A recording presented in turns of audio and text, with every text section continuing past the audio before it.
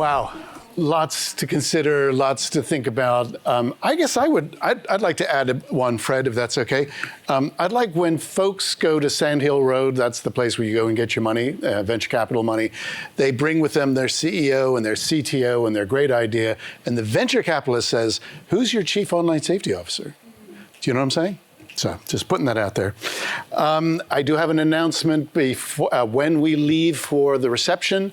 Please take everything with you. Check around your seats because they're going to shut this room down and we can't come back. So just wanted to make that clear. So come to the end of this year's forum. And I was reflecting with the team earlier. This began as a morning. We thought we'd do a morning. Let's just do a morning. And in fact, that's how we started to plan it. And then, of course, oh no, we need to talk about this. And then someone says, we'd love to come and do this.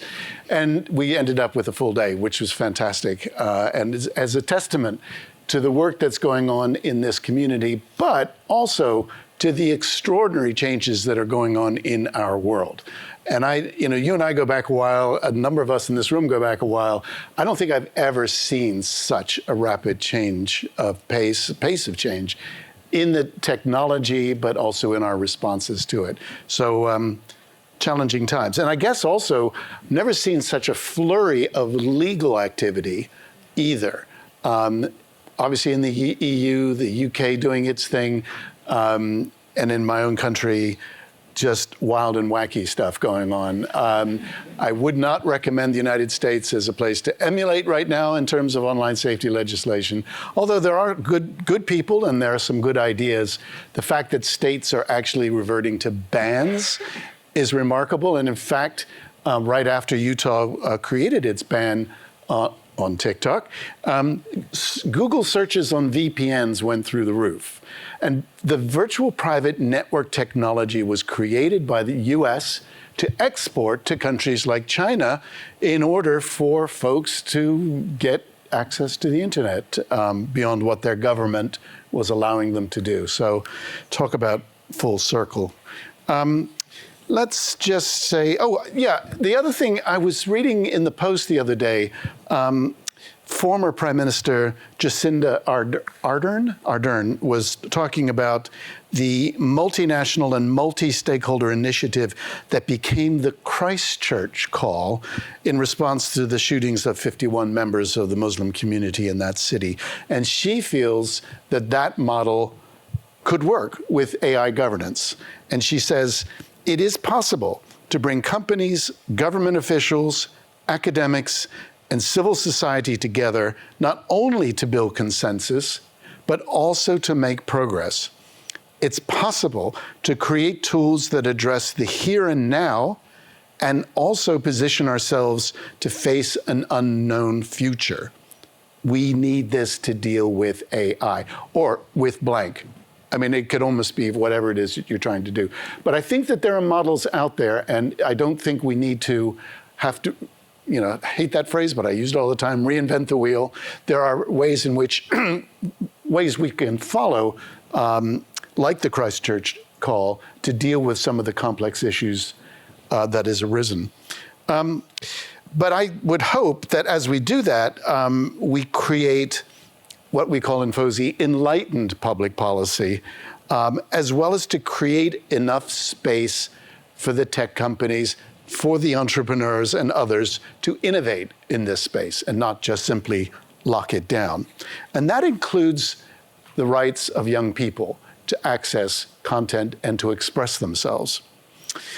I want to extend an invitation to each and every one of you to come back.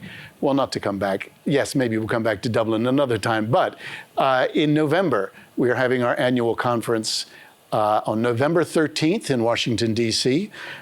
We have entitled it New Frontiers in Online Safety. So this will be a lot of exploration of Gen AI. Not surprisingly, we'll have our own research that we'll launch on that day, but also the wide-ranging topics that often are included in a FOSI conference. There'll be exhibits, there'll be breakout sessions, there'll be all sorts of networking opportunities, all of the fun of that. So finally, I want to end with some thank yous. Firstly, to Markham and his Google colleagues in Washington, D.C., but also very much here in Dublin. You guys have been terrific, supportive, hands-off, I would say, too, in allowing us to create the kind of program that we've put together. Yeah.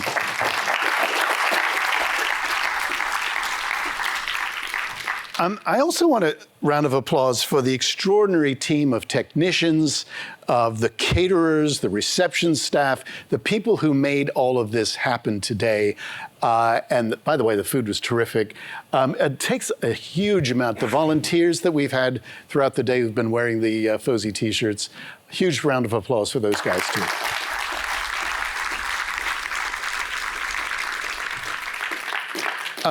And again, our sponsors, TikTok, GoBubble, for your support. We wouldn't be able to physically be here because we wouldn't have had the money to pay for the tickets.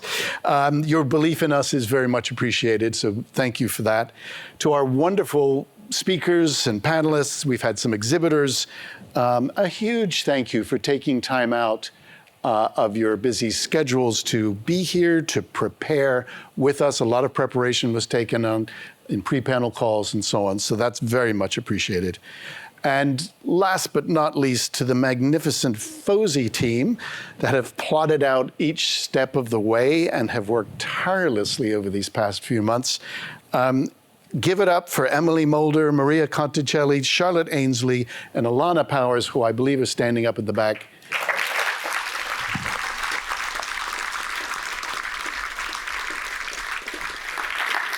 And a big thank you to each and every one of you for your time and your commitment and your expertise and your willingness to put your effort, and we've heard this phrase, lean in. You've been leaning in on this topic. This is very, very much appreciated. We're inspired by your efforts, and I hope what you've seen in her today has inspired you with new energy, new thoughts, new ideas to take back into your communities. So with that, please join me on the 11th floor for a drink and some nibbles. Thank you all very much.